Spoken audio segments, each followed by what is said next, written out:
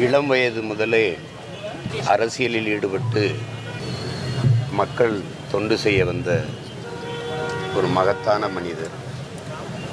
தான் ஏற்றுக்கொண்ட கொள்கையில் எந்த சமரசமும் செய்யாது முழு ஈடுபாட்டோடு அதற்காக வாழ்வின் கடைசி நொடி வரை அர்ப்பணித்து நின்ற அரும்பெரும் தலைவர்.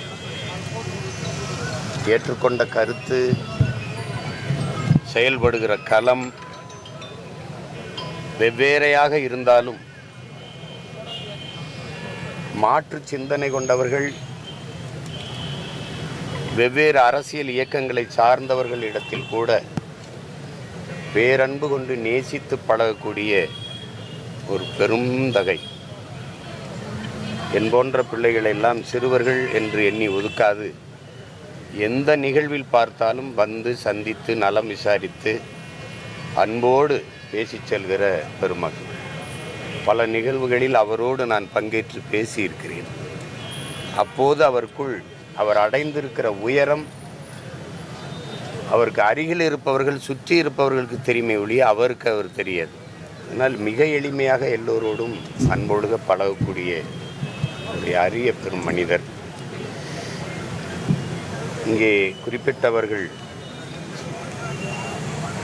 அவருடைய தமிழ் பற்றை யாரும் மறந்து கடந்து போய்விட முடியாத பொற்றாமரை என்ற ஒரு இலக்கிய அமைப்பை தொடங்கி தமிழின் மீது கொண்ட பெரும்பற்று ஈடுபாட்டின் காரணமாக அதன் வளர்ச்சிக்கு அவர் பெரும்பங்கு ஆற்றினார். என்னை வெகுவாக பாராட்டுவார். பேசுகிற கருத்தில் எனக்கு முரண்பாடு உண்டு, ஆனால் உன் தமிழில் எனக்கு 100 விழுக்காடு உடன்பாடு உண்டு என்று பாராட்டுவார். அவர் மாநிலங்களவை உறுப்பினராக இருந்து பணியாற்றியவர். மேற்கு வங்கம், நாகாலாந்து போன்ற மாநிலங்களின் ஆளுநராக இருந்து பணியாற்றியவர்.